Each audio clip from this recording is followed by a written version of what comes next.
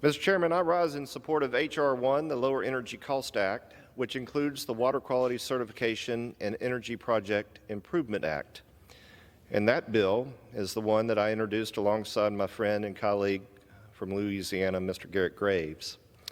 One of many key components in this package, this specific part of the bill helps ensure development of our nation's energy infrastructure at a time when it is most necessary.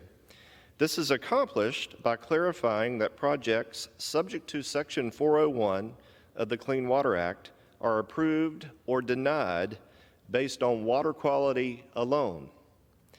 So unlike what my colleagues have been saying on the other side of the aisle, that we're going to permit dirty water, et cetera, if it's related to water, guess what? Section 401 still applies. The water quality certification process has been and continues to be weaponized by certain states to stifle important energy projects they oppose, particularly pipelines, for political reasons completely unrelated to water quality and outside the scope and the intent of the Clean Water Act. That's all this particular provision addresses. Instead of fairly analyzing a project based on the federal standards set forth by Congress, what's happened is states on the East and West Coast have increasingly weaponized Section 401 for their own ideological purposes, again, totally and completely unrelated to water quality. Here are some examples.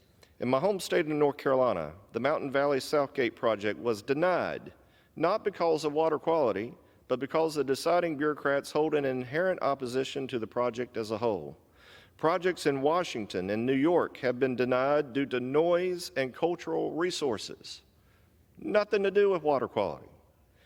And these are just a few examples of the weaponization of Section 401 of the Clean Water Act statute. So the language that's included here in this package, quite simply, will end this abuse. At a time when American energy production and distribution is under tremendous assault from some in this country, ensuring that America can build the energy infrastructure necessary to responsibly utilize our natural resources, unleash American energy independence, and lower costs for American families is a top priority that this broader bill achieves. And let me put it this way: low-cost, reliable energy is fundamental to prosperity.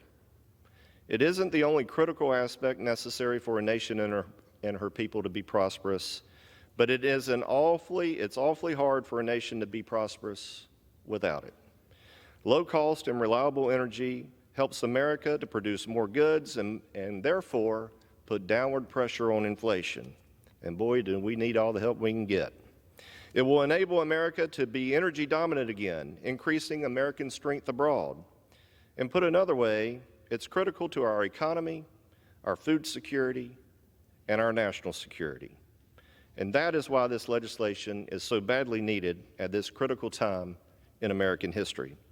So I urge my colleagues to support the Lower Energy Cost Act, and I reserve my time. Gentlemen.